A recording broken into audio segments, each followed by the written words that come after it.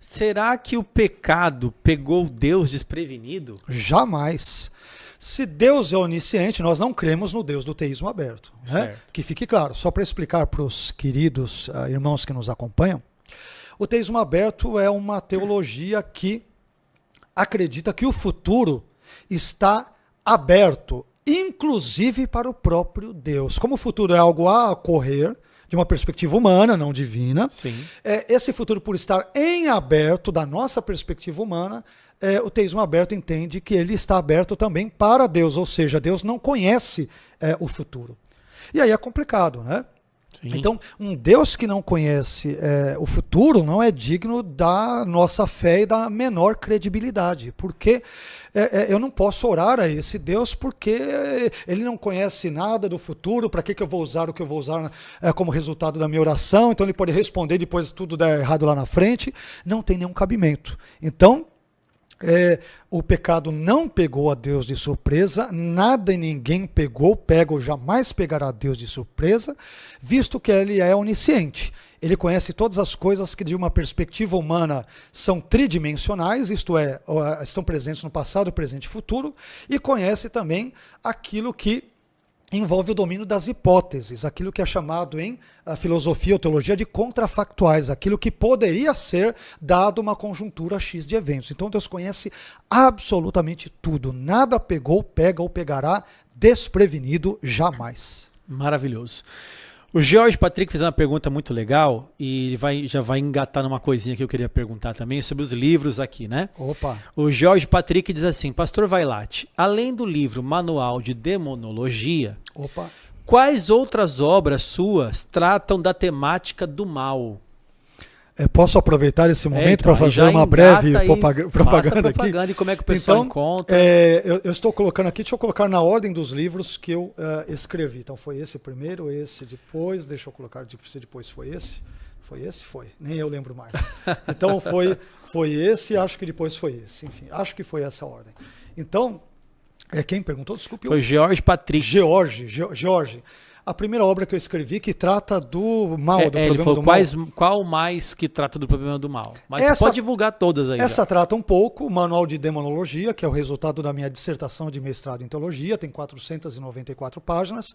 Eu faço uma exegese de Marcos 5, 1 a 20 e trabalho questões demonológicas no Antigo Testamento, no Novo, no texto hebraico, no texto grego, e retrato Jesus como o exorcista mor na Bíblia. E, portanto, o mal, aqui no caso o mal como diabo e demônio, será tratado amplamente nessa obra. Certo. Nessa daqui eu não vou tratar, que é a expiação ilimitada, tem a ver com a ideia soteriológica, falamos um pouco sobre ela, não sobre a expiação hoje. Nessa eu vou tratar de questões relacionadas à morte de Cristo, então isso também não ajudará. A terceira obra que eu escrevi, que é resultado da minha tese de doutorado, é As 10 Pragas e a Abertura do Mar, onde eu faço uma tradução, uma exegese de Êxodo capítulos 4 a 14, a partir do hebraico, eu traduzo para o português, e faço uma tradução envolvendo questões antropológicas, teológicas, culturais, egípcias e entre tantas outras exegéticas também. Uma outra obra, essa vai tratar um pouco, viu? É o Jorge.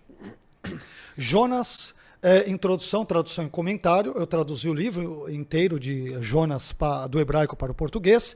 E aqui eu seleciono algumas páginas para falar, por exemplo, de Teodiceias que foram citadas hoje. Então aqui você vai ter, por exemplo, a ideia do problema do mal em Jonas, né? Uma espécie de problema do mal reverso.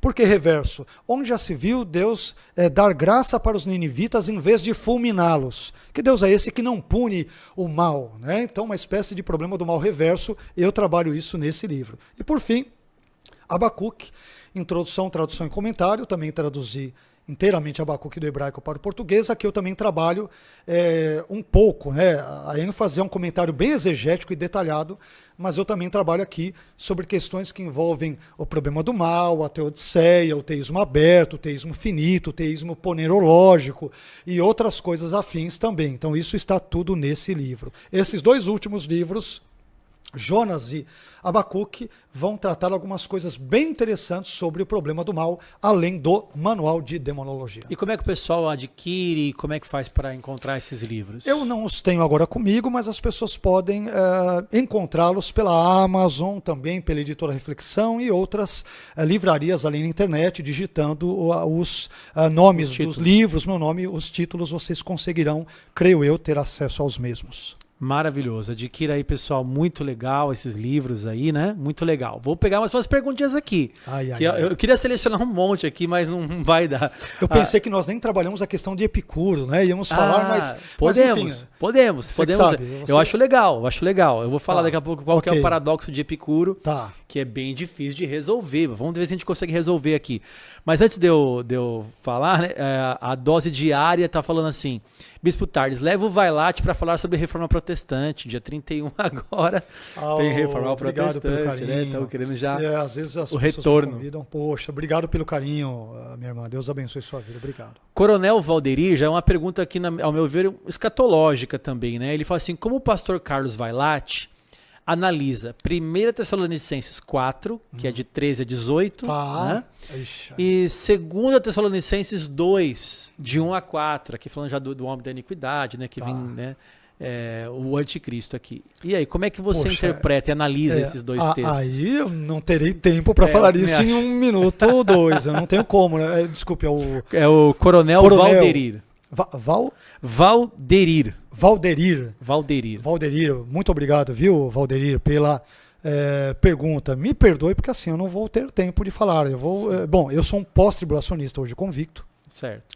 Fui pré durante alguns anos, muitos anos, mas eu confesso que eu era um pré meia boca. O pré-tribulacionismo nunca me convenceu. Eu sempre achei estranha, e eu digo aqui com o maior respeito possível para com os irmãos pré-tribulacionistas. Não sou o dono da verdade, que fique claro, tá? Mas eu sempre achei estranha a ideia de que Jesus pode voltar a qualquer momento. Como assim ele pode voltar a qualquer momento? Eu corro risco, irmãos, de não terminar essa mensagem de Jesus voltar. Como assim? Mas o anticristo não veio? E ele deve vir, conforme 2 Tessalonicenses capítulo 1 em diante, né? Entre tantas outras coisas. Então, mas ele não veio como ladrão? Agora eu vou entrar em escatologia. Eu não sou pré, tá? Então, desculpe a curiosidade. Se é pós ou é meso? Se é pré-ira, pós ou meso? Pré-ira, pós ou meso?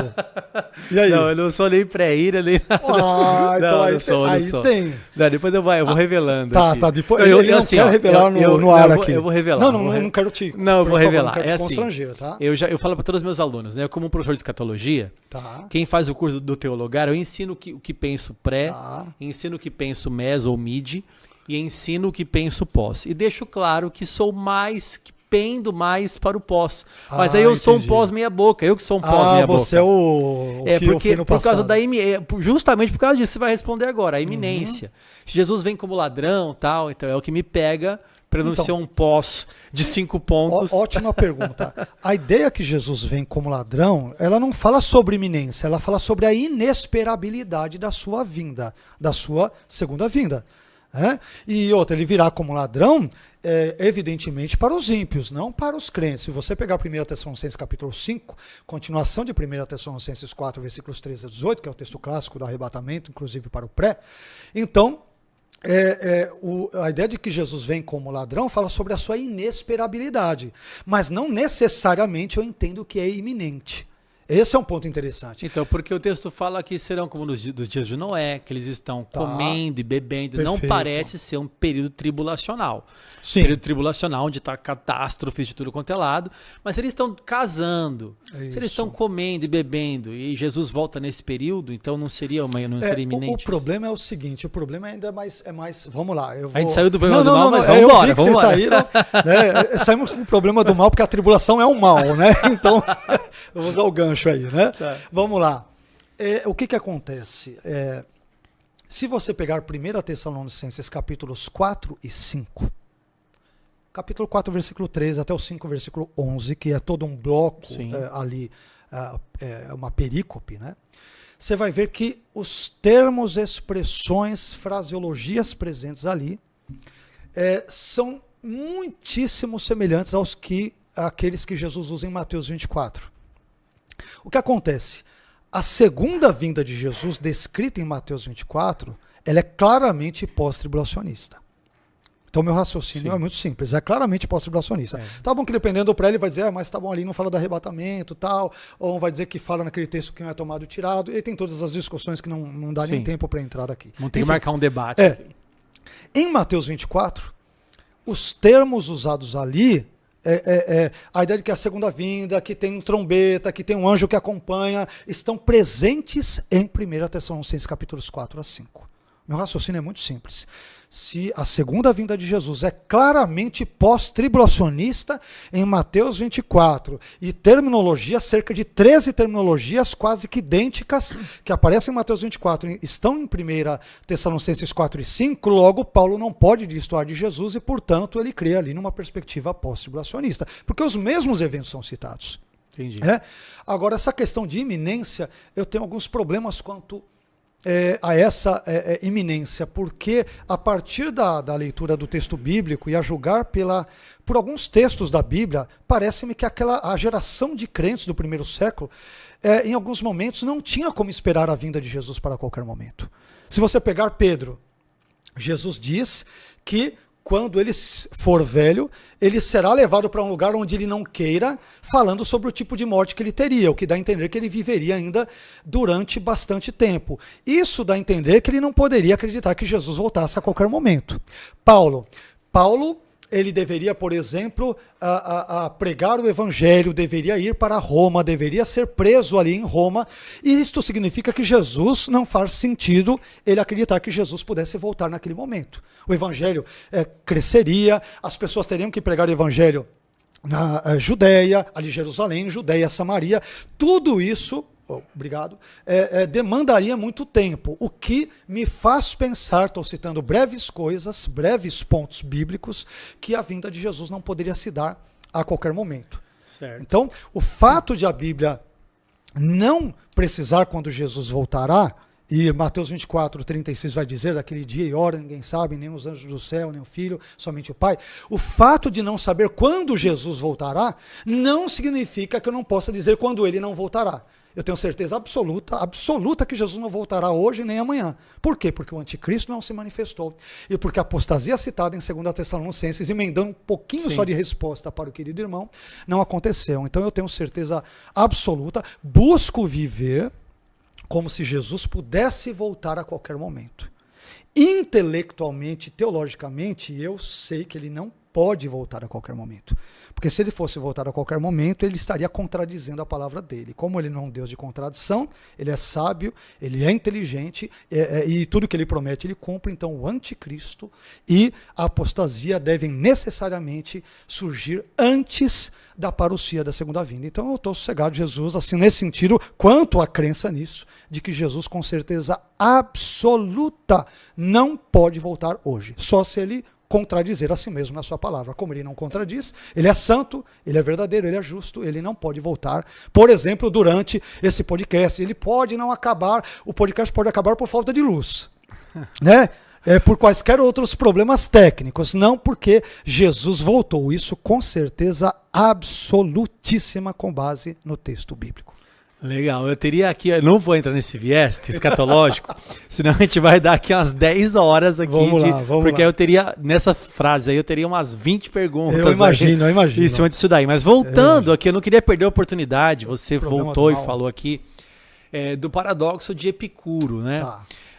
Bom, vou deixar você explicar para o pessoal o que é o paradoxo de Epicuro, e como poderíamos responder a quem vier com esse questionamento, um ateu, alguém que vem com esse questionamento. Perfeito. Bom, antes de tudo, quem foi Epicuro? Foi um filósofo, Epicuro de Samos, que vive entre o 4º e 3º séculos antes de Cristo, dentro do que nós chamamos convencionalmente de período interbíblico ou intertestamentário. Então, Epicuro, ele vai criar o seguinte pensamento que vai, eu confesso, colocar os teístas, aqueles que creem em Deus, não só cristãos, mas judeus e outros que creem em Deus, aparentemente em maus lençóis. E ele vai dizer o seguinte, o paradoxo, esse pensamento de Epicuro também é chamado de dilema, paradoxo ou dilema de Epicuro. Qual é? Ele vai dizer, se Deus quer abolir o mal do mundo, mas não pode, quer, mas não pode, então Deus é impotente. Segundo elemento, se Deus pode abolir o mal do mundo, mas ele não quer, então esse Deus é mau, ele é malévolo. Terceiro, se Deus não pode e não quer abolir o mal do mundo, então ele é tanto impotente quanto é mau, malévolo. Quarto, se Deus pode e quer abolir o mal do mundo, por que não o faz? Esse é o paradoxo. Nós cristãos, de forma bem geral, e depois talvez eu desdobre um pouquinho, se você permitir, nós brevemente podemos responder dizendo: Deus é onisciente e sabe por que permite o mal. Deus, ele também é onipotente e pode dar fim ao mal. Deus, ele é onibenevolente e quer acabar com o mal. Portanto, o Deus que é onisciente, onipotente e onibenevolente ainda acabará com o mal. Não é porque ele não o fez até hoje, no nosso ano de 2023, que isso não ocorrerá. E a prova de que isso ocorrerá, obviamente de uma perspectiva cristã eu falo, enquanto crente, é que Apocalipse 21:4 vai dizer que Deus limpará ou enxugará de seus olhos, isto é, dos remidos, dos crentes, dos fiéis, toda lágrima, não haverá mais morte, nem pranto, nem clamor, nem dor, porque já as primeiras coisas são passadas. Então Deus dará um fim cabal ao mal, como eu expliquei minutos atrás, dentro desse regime de quarentena ou aquartelamento, separando, por exemplo, do contexto dos justos e dos santos. Agora, isso traz, evidentemente, outras tantas questões, né? Mas, por que Deus não acaba com o mal agora? As pessoas falam muito isso, né? Sobretudo quem sofre. Há tanto mal, injustiça, desgraça no mundo, por que Deus não acaba com tudo?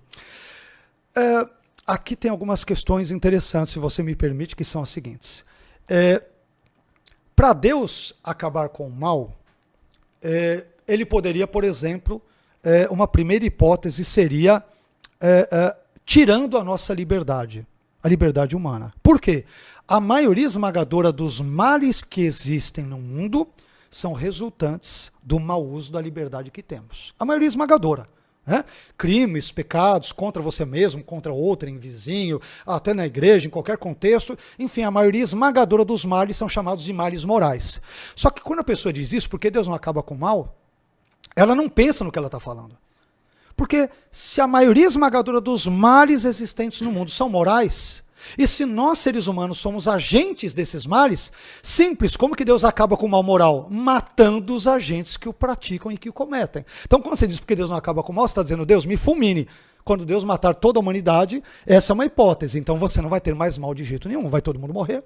Segunda hipótese, Deus pode preservar-nos vivos, mas arrancar totalmente a nossa liberdade, limitada, mas suprimi-la 100%. Mas aí, será que seremos humanos? Apenas podendo obedecê-lo, dizer sim, Deus, amém, Deus, ok, Deus. Né? Nós seríamos desumanizados, porque Deus originalmente não nos criou com esse tipo de característica. Então, por que Deus não acaba com o mal? No presente momento, ele está, sendo Deus, ele está numa posição vantajosa que lhe permite saber, porque ele ainda permite o mal, tolera o mal, e Deus sabe de uma forma que nenhum de nós sabe como extrair bem do mal. Que é o que ele faz com os irmãos de José e José na lindíssima história de Gênesis 37-50. Então, Deus não cria a inveja no coração dos irmãos de José, mas a instrumentaliza para que ele fosse vendido no Egito, se tornasse o segundo apenas abaixo de Faraó, pudesse governar o mundo de então e preservar o mundo de uma grande fome que foi intensa naquela época. Então Deus não cria o mal moral, mas se vale do mesmo com propósitos bons. Como Deus faz, só ele é que sabe, eu só sei que ele faz. Que legal, maravilhoso. Vou selecionar a última pergunta aqui do Severino Nogueira. Posso trabalhar depois só uma coisinha só sobre a soberania e a liberdade? Uma última coisa que eu queria citar, a W. Tozer, pode ser antes? Pode ser antes, melhor, para a gente não destoar. Vamos lá. Deus, ele é soberano e ao mesmo tempo o homem é livre. Não há nenhuma contradição, nenhum paradoxo quanto a isso, por mais que alguns queridos irmãos calvinistas, via de regra, vejam. E aqui eu gostaria de usar uma ilustração muito interessante de Aidan Wilson Tozer, A.W. Tozer, na sua famosa obra, você certamente conhece, que é O Conhecimento do Santo. Certo. Se não comprou, compre essa obra, adquira. E só o capítulo 22 já vale a obra toda, onde ele trata da soberania divina. E o que o Tozer diz ali? Ele compara a soberania divina e a responsabilidade humana, a liberdade humana, com um transatlântico que zarpa do porto de Nova York, nos Estados Unidos, em direção a Liverpool, na Inglaterra. E o Tozer vai dizer, esse transatlântico, dentro dele, as pessoas andam, comem, bebem, riem, passeiam, fazem uma série de coisas. O que quer que essas pessoas façam, dentro dessa liberdade limitada, dentro de um transatlântico, isso não alterará a rota e o transatlântico ele vai chegar até o seu destino determinado, que é o porto de Liverpool, na Inglaterra. Então, o transatlântico ele representa, digamos que os desígnios de Deus, a soberania de Deus, o agir de Deus, os planos de Deus, os decretos de Deus, quer ativos ou permissivos, enfim. Nós, seres humanos, estamos dentro desse navio, nesse grande mar que é o mundo. Nesse mundo, nós casamos, outros infelizmente se separam, outros compram, outros vendem, outros comem, outros bebem, outros vivem 100 anos, outros vivem 70 anos, outros infelizmente vivem 1 ano, e nem isso. O que quer que façamos ou deixemos de fazer, nós não tiraremos o transatlântico da providência divina, do seu eixo, do seu destino, porque tudo aquilo que Deus idealizou, quer determinando as coisas ativamente, quer reagindo e se relacionando com as mesmas, o transatlântico do propósito de Deus, você pode usar essa metáfora e ampliá-la para um trem, o que quer que façamos nesse grande trem da vida, ele jamais irá descarrilar, porque os propósitos de Deus chegarão definitivamente nos seus aspectos e cumprimentos teleológicos. Eles chegarão até o fim para o qual Deus os designou. Deus está no controle de todas as coisas. Mas dizer isso e crer nisso, não significa que eu tenha que aceitar ou acreditar que, para estar no controle de todas as coisas, ele deva causar ou deva determinar absoluta e meticulosamente todas elas. Para governar o mundo, Deus não precisa determinar tudo. Ele pode muitas vezes permitir certas coisas e agir e reagir com a sua criação. Este, ao meu ver, é o Deus da Bíblia. E nesse caminho, nessa trajetória, os seres são livres dentro do transatlântico. Contexto limitado, para fazer o que quiser, dentro desse contexto. Então, a soberania de Deus é que delimitou esse espaço para a nossa liberdade atuar. Nós não somos livres absolutamente, é evidente que não. A nossa liberdade é limitada. Por exemplo, estando aqui agora, nesse podcast, na Praia Grande, eu não posso estar na Vila Alpina ao mesmo tempo. Eu tenho limites. Então, evidentemente, ser livre, eu sempre deixo claro, a nossa liberdade é limitada. É assim porque Deus quis que fosse assim porque Ele é soberano. Então, Deus é quem controla e guia a história. Às vezes determinando determinados certos eventos, com perdão pela redundância, né? Às vezes determinando certos eventos e às vezes permitindo-os. Então Deus vai agindo e reagindo diante das nossas ações, por exemplo, humanas, e encaminhando-as para o seu desfecho teleológico, conforme Ele determinou desde a eternidade passada. Muito bem, muito bem. Eu perdi a pergunta aqui, eu fiquei... achei. Me desculpe, tá? Achei, não. Eu me sentir culpado. Vou fazer a última pergunta aqui do Severino Nogueira, foi um superchat também. Irmão Vailate, na eternidade, quando não existia linha do tempo para ser observada e só existia Deus, de onde ele obteve a informação de quem creria em Cristo? Deus pode criar círculos quadrados? Foi essa a pergunta dele. Severino, né? Severino Nogueira. Severino, Deus abençoe sua vida, obrigado pela pergunta. Não, Deus não pode fazer contradições.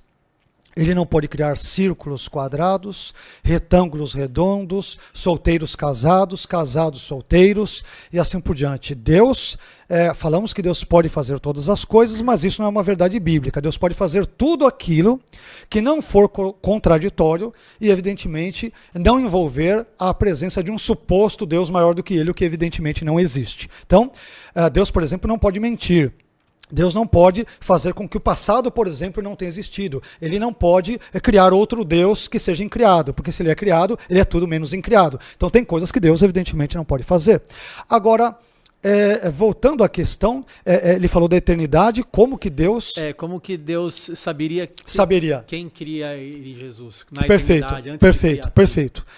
Severino, no nosso contexto humano, nós vivemos naquilo que eu chamo de um contexto cronológico tridimensional. que envolve passado, presente e futuro. Deus não é cativo a esse contexto tridimensional. Os teólogos costumam dizer que Deus vive num eterno já, num eterno agora e assim por diante. E se nós pegarmos algumas metáforas, por exemplo, nós vamos ter Boécio, Geisler e outros que vão usar algumas metáforas, né? Deus é como se fosse aquele homem, é como se fosse apenas uma ilustração no topo de uma montanha. E nós, seres humanos, aqueles indivíduos que estão lá no sopé da montanha. No sopé da montanha, imaginemos que você tem um buraco ali que atravessa a montanha, uma espécie de um túnel, e dependendo do contexto, evidentemente, você veja trens, ou veja carros, ou ônibus passando. Ora, antes do túnel eu não tenho como ver nada, porque as paredes obstruem a minha visão e eu só consigo ver quando está diante de mim. Deus, por ser comparado ilustrativamente a esse homem que está acima da montanha, aquilo que a gente só vê no contexto presente, Deus, ele enxerga dessa posição privilegiada, sendo onisciente, ele enxerga aquilo que da nossa perspectiva é passado, presente e futuro no eterno já. Ele olha e ele vê a via e a estrada completa. Portanto, vivendo nesse contexto atemporal, sem ser cativo à história e ao tempo, inclusive sendo supratemporal, acima do tempo, Deus tem condições de, numa linguagem humana, claro, prever aquilo que as pessoas fariam, como, por exemplo, crer em Cristo e também vivendo uma vida totalmente ímpia diante dele. Assim que brevemente, eu diria, apenas dizendo, se você me permite, uma última palavra, claro. A onisciência divina, ela não causa as coisas. Ela não causa, ela apenas constata as coisas.